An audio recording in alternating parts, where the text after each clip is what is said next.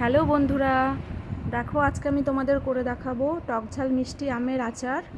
প্রথমে আমি গুড় নিয়ে নিলাম, গুড়টা গরম করে ছেঁকে নিলাম। দেখো ছেঁকে নিলাম। এবার আমি আবার কড়াইয়ে গুড়টা দিয়ে দিলাম। আবার আমি গুড়টা ভালো করে নাড়াচাড়া করে আরেকটু ফুটিয়ে নেব। এবার আমি দিয়ে দেব কেটে রাখা আম।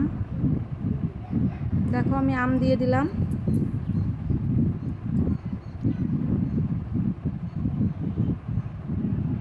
এবার ভালো করে নাড়াচাড়া করে নেব। ভালো করে নাড়াচাড়া করে নিয়ে এবার আমি পরিমাণ মতো লবণ দিয়ে দেব।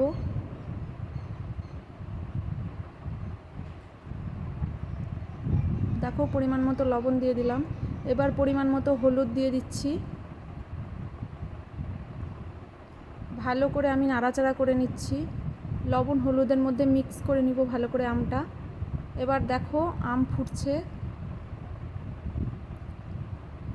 দেখো গুড় জল সব বসে আসছে আমের।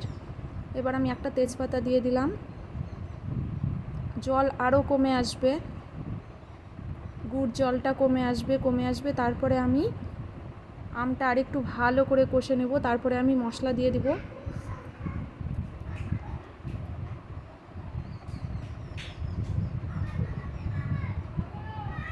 দেখো এই যে আমি গুঁড়ো করে রেখেছি, শুকনো কাঠখোলা আমি গুঁড়ো করে রেখেছি শুকনো লঙ্কা, মেথি, মৌরি, জিরা। দেখো আমি দিয়ে দিলাম। এবার আমি আমের সঙ্গে ভালো করে মিক্স করে নিব।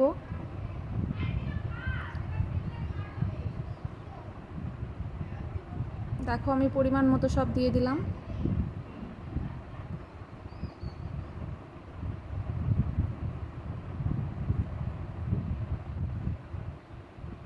দেখো সব মিক্স করে নিচ্ছি।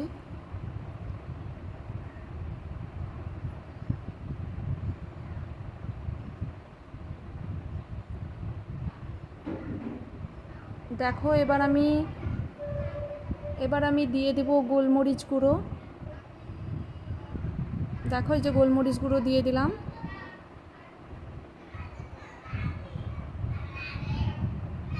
আমি এখানে 1.5 চামচ গোলমরিচ গুঁড়ো দিলাম। দিয়ে ভালো করে আবার নাড়াচাড়া করে নেব। তোমরা এইভাবে আচার করে দেখবে, খুব ভালো লাগে। আমি আজকে এইভাবেই করলাম, আমি আর একদিন অন্যভাবে করে দেখাবো। এই আচারটা আমি গুড় দিয়েই বানালাম, আর একদিন আমি চিনি দিয়েও করে দেখাবো।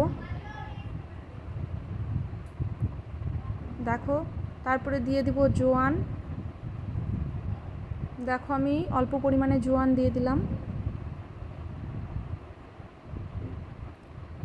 দেখো আমার আচার হয়ে গেছে।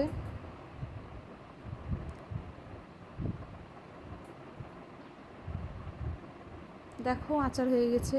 যদি আমার আচারটা ভালো লেগে থাকে তোমরা কিন্তু অবশ্যই লাইক কমেন্ট করবে, শেয়ার করে দিবে আর সাবস্ক্রাইব করে দিও নতুন নতুন চ্যানেল পেতে।